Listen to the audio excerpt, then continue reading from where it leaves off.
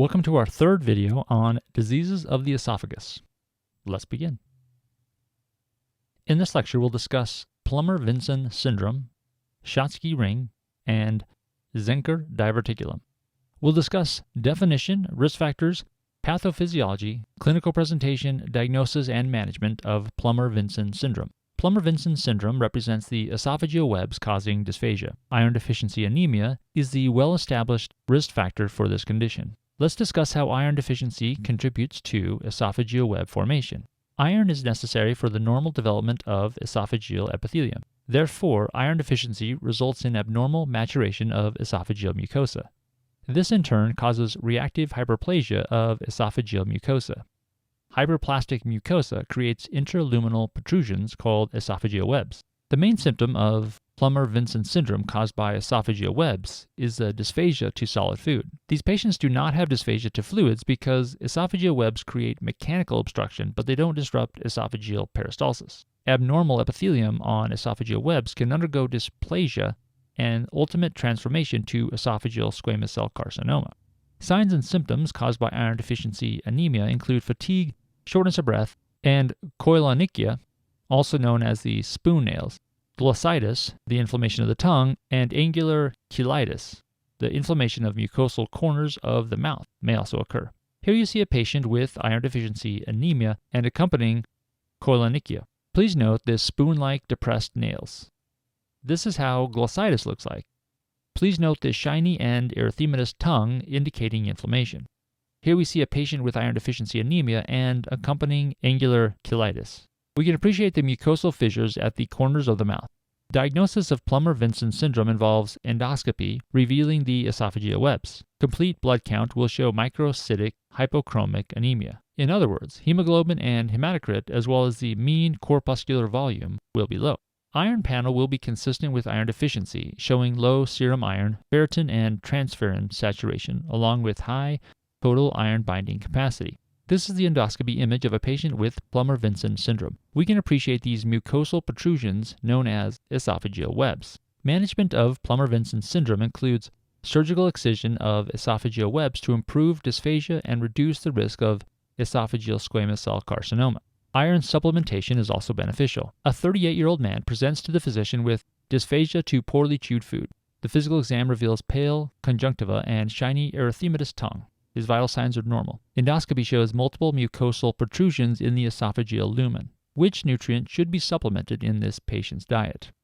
This patient presents with dysphagia to poorly chewed food. Pale conjunctiva suggests anemia, while shiny erythematous tongue suggests glossitis.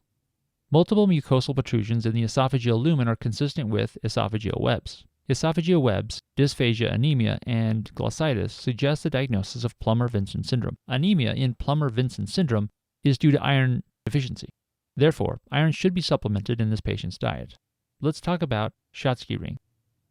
We'll discuss definition, risk factors, pathophysiology, clinical presentation, diagnosis, and management of Schatzki ring. Schatzki ring is the circular band of mucosal tissue, also called a stricture, at the gastroesophageal junction. Risk factors for the Schatzki ring include gastroesophageal reflux disease, caustic ingestion, and esophagitis. Let's talk about how these conditions cause the formation of Schatzki ring. Irritant stimulus like gastric acid, caustic material, or infection causes esophageal wall fibrosis and reactive epithelial hyperplasia. This process, in turn, will produce a circular mucosal band at the gastroesophageal junction known as Schatzki ring. Let's talk about clinical features. Schatzki ring can be asymptomatic in case of minor obstruction. When it becomes symptomatic, Schatzki ring causes dysphagia to solids but not liquids. This is because Schatzki ring creates a mechanical obstruction but does not impair esophageal peristalsis. Patients may also experience heartburn and chest pain. Food impaction may occur in the distal esophagus due to narrow esophageal lumen. Let's move on to the diagnosis of Schatzki ring. Barium swallow may show narrowed gastroesophageal junction. It's worth noting that barium studies are not highly sensitive for Schatzki ring. In other words, this condition may be missed by barium studies. The gold standard for diagnosing the Schatzki ring is endoscopy, which will reveal circular mucosal band at the gastroesophageal junction. This is the endoscopy image of Schatzki ring. We can appreciate this circular mucosal band at the gastroesophageal junction.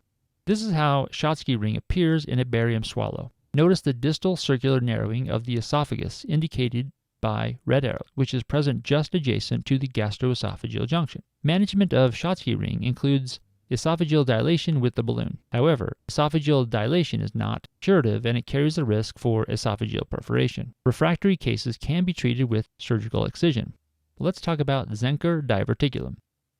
We'll discuss the definition, risk factors, pathophysiology, clinical presentation, diagnosis, and management of Zenker diverticulum. Zenker diverticulum is a false diverticulum at the pharyngoesophageal junction. False diverticulum is one that contains only mucosa and submucosa. Zenker diverticulum is common in elderly men. The major risk factor for Zenker diverticulum is esophageal dysmotility. Therefore, any conditions causing dysphagia and esophageal dysmotility can potentially lead to formation of Zenker diverticulum. These conditions include prior stroke, diabetes mellitus, scleroderma, amyotrophic lateral sclerosis, and myasthenia gravis. This is not a comprehensive list of conditions causing esophageal dysmotility. Rather, these are the diseases commonly tested on USMLE Step 2 CK exam in this context. Let's discuss the pathophysiology of Zenker diverticulum with the help of an illustration. Failure of upper esophageal sphincter relaxation and the esophageal dysmotility increases the pressure at the Killian triangle. Killian triangle is the space between thyropharyngeus and cricopharyngeal parts of inferior pharyngeal constrictor muscle. Increased pressure results in herniation of esophageal mucosa and submucosa. Zenker diverticulum presents with dysphagia to solids and liquids. This is because esophageal dysmotility disrupts the normal peristalsis, so swallowing of both solids and liquids is affected. The patient may also have gurgling and regurgitation of food in supine position. Halitosis results from accumulation and degradation of food particles in the diverticulum. Patients also complain of the sensation of a neck mass. Zenker diverticulum is diagnosed with barium studies.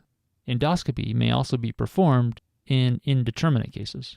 Both studies will reveal the mucosal pouch at the pharyngeoesophageal junction. Management of the Zenker diverticulum involves the surgical excision of the inferior pharyngeal constriction muscle, a procedure known as diverticulotomy. Another surgical option is excision of the pouch, a procedure referred to as diverticulectomy. Here we have the barium studies in a patient with Zenker diverticulum. We can appreciate this pouch at the back of the neck. An 88-year-old man presents to the physician with dysphagia to solids and liquids, unpleasant taste in mouth, and occasional regurgitation of undigested food at night. He has the sensation of a deep neck mass. What is the best initial diagnostic test for this patient's condition? This patient presents with dysphagia to solids and liquids, unpleasant taste in mouth, and occasional regurgitation of undigested food at night. He has a sensation of a deep neck mass. All these findings are consistent with the diagnosis of Zenker diverticulum. Best initial diagnostic test for Zenker diverticulum is barium studies. And that concludes this lecture.